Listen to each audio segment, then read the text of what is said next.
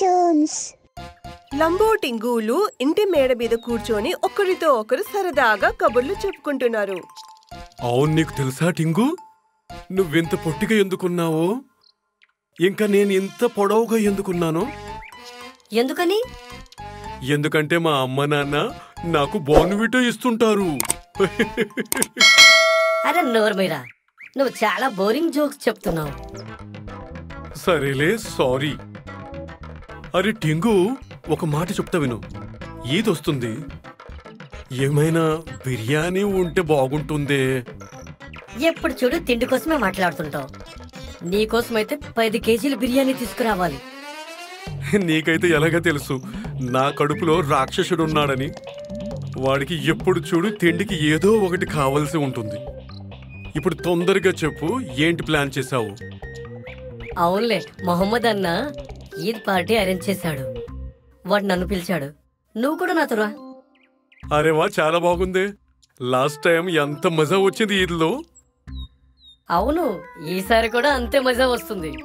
ఇద్దరము బాగా డాన్స్ చేద్దాం, పాడుతాం, తింటాం, బాగా ఎంజాయ్ చేద్దాం. ఈద్ పండుగ వస్తుంది. ఇంకా ఇద్దరు కొత్తవి ఇంకా పొడువాటి కుర్తా పైజమా వేసుకుని ఈద్ పార్టీకి వెళ్తారు. లంబు అందరికీ నమస్కారం చెప్తున్నాడు. అరే లంబు, కొద్దిగా జాగ్రత్త. నువ్వు నమస్కారం కాదు, ఒంగోని అందరికి సలాం చెయ్యు. నీకెన్నిసార్లు చెప్పాను, వాళ్ళకి ఉర్దూలో అస్సలాం వలైకుం అనాలి. అరే నేను మర్చిపోయాను. అరే కానీ నేను ఎక్కువగా వంగానంటే నా కుర్తా చిరిగిపోతుంది. ఎందుకంటే నా సైజులో ఏంటి దొరకదు. నువ్వు బాగుపడవు. ఎన్నిసార్లు చెప్పాను, నీ సైజులో రెడీమేడ్ ఏ మాత్రం దొరకవు. నువ్వు కుట్టించుకో. కానీ ఎప్పుడు రెడీమేడే తీసుకుంటావు, అది కూడా నీ సైజులో ఏవి దొరకవు.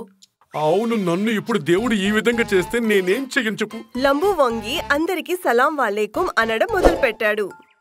సలాం వాలేకుం అన్నా, ఈద్ ముబారక్ హో. లంబు ఒక్కసారిగా కిందికి వంగి అక్రమ్ని కౌగలించుకుంటాడు. కొద్ది సమయంలో అందరూ భోజనం కోసం లైన్లో కూర్చుంటారు. నేను కూడా తిండి కూర్చోనా? లేదు, ముందు అందరినీ తిన్నివ్వు. సరేలే, నువ్వు ఇలా జడిపించొద్దు నన్ను. ముందు అందరినీ తిన్నిద్దాం. కొద్ది సమయంలో అందరూ లైన్లో కూర్చుంటారు. లంబు, టింగు, మొహమ్మద్ అందరికీ భోజనం వడ్డిస్తారు. ఎంత మంచి సువాసన వస్తుంది. నువ్విదే చేస్తుండు. అరే నేను ఇప్పుడే ముక్కు మూసుకోవాలో ఏంటి? వెనకాల నుండి మైక్ లో అనౌన్స్మెంట్ వస్తుంది. కొద్ది సమయంలోనే అందరూ హాల్లోకి వచ్చేయండి. కవ్వాలి రాత్రి మొదలవబోతోంది. ఈసారి మేము నిర్ణయించుకున్నాము బెస్ట్ డాన్సర్ ఇంకా సింగర్ కి అవార్డు ఇవ్వాలని. దానితో పాటు 10,000 రూపాయలు బహుమతి కూడా. ఇది విన్న వెంటనే లంబు చెవులు పెద్దగవుతాయి. అరే టింగు, 10,000 రూపాయలు? అవును, నేను కూడా విన్నానులే. కానీ దానికోసం ఆడడం పాడడం రావాలి. అదైతే నాకైతే మాత్రం రాదు. నువ్వే కదా నాకు ఎప్పుడు మోటివేట్ చేస్తుంటావు. ఇలా మాత్రం వదిలేదు లేదు. ఈ రోజు నేను గెలిచే చూపిస్తాను. నువ్వా? ఇంకా డాన్సా? పందెం కడతావా? నువ్వు బాగా నవ్వుతున్నావుగా నా పైన. ఈ రోజు నేనే గెలిచి చూపిస్తా. అలానే అయితే నేను కూడా ఒప్పుకుంటాను. నువ్వు గాని గెలిచినట్లయితే 5,000 రూపాయలు నా తరపున కూడా. మరి కొద్ది సమయంలోనే కవ్వాలి మొదలవుతుంది. मेरी जोहर ज़बी तुझे मालूम नहीं, तू अभी तक है हंसी और मैं जवान. లంబు కూడా పరిగెత్తుకుంటూ బట్టలు మార్చుకోవడానికి వెళ్తాడు. అరే ఈ లంబు ఎక్కడికి వెళ్ళిపోయాడు ఒక్కసారిగా? ఇప్పుడు ఇక్కడే ఉంటాడుగా. అప్పుడే మొహమ్మద్ అరుపు వినిపిస్తుంది. అరే టింగు అన్నా, నువ్వు కూడా కూర్చో, నీకు భోజనం పెడతాను. ఇప్పుడు అందరూ కూడా తినేశారు. మీతో పాటు ఆ లంబు కూడా ఉంటుడుగా, వాడెక్కడికి వెళ్ళాడు? తెలీదు, ఇప్పటి వరకు ఇక్కడే ఉంటుంది. అప్పుడు వెనకాల నుండి కవ్వాలి అరుపు వినిపిస్తుంది. पर्दा है पर्दा, पर्दे के पीछे पर्दा नशी है. అక్కడ గట్టి గట్టిగా చెప్పట్ల శబ్దం వినిపిస్తుంది. మొహమ్మద్ హాల్ వైపుకు వెళ్తాడు. టింగు కూడా భోజనం చేసి అక్కడికి వెళ్తాడు.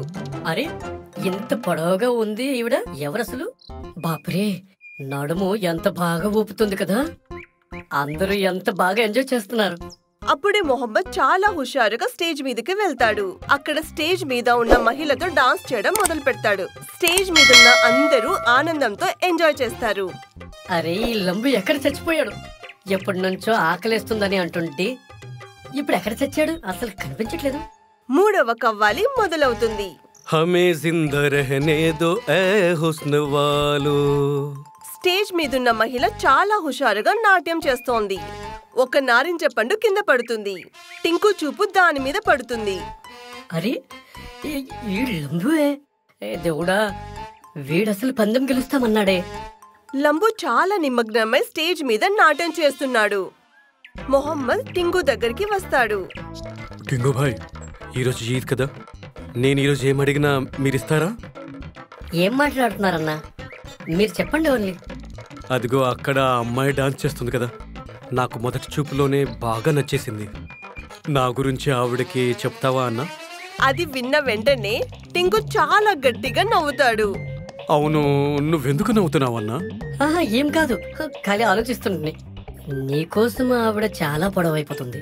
ప్రేమలో ఇవన్నీ ఎక్కడ చూస్తామన్నా? తను ఎంత అందంగా ఉంది. అలానే సరైతే నీ ప్రేమకు నీకు ఎలాగైనా దొరికినట్లు చేస్తాను. టింకు తనలో తానే చాలా నవ్వుకుంటాడు.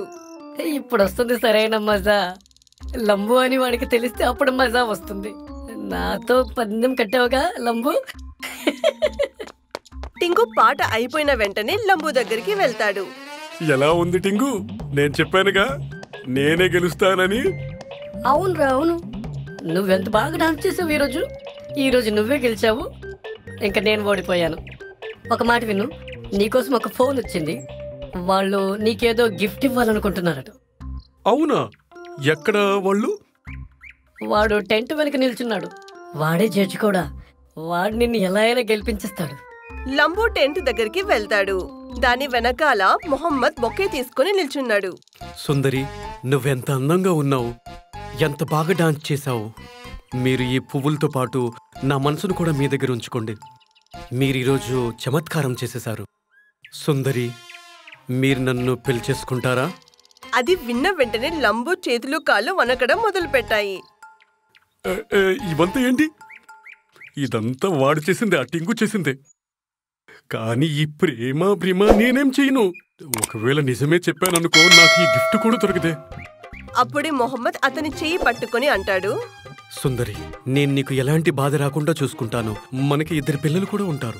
అది విన్న వెంటనే లంబు తన చెయ్యిని వదిలించుకొని అక్కడి నుండి పరిగెత్తడం మొదలు పెడతాడు. మొహమ్మద్ కి ఏమీ అర్థం అవ్వదు. ఇంకా అతను లంబు వెనకాల పరిగెత్తుతాడు. అక్కడ టింగు అదంతా చూస్తూ గట్టిగా నవ్వుకుంటున్నాడు. సుందర్యా,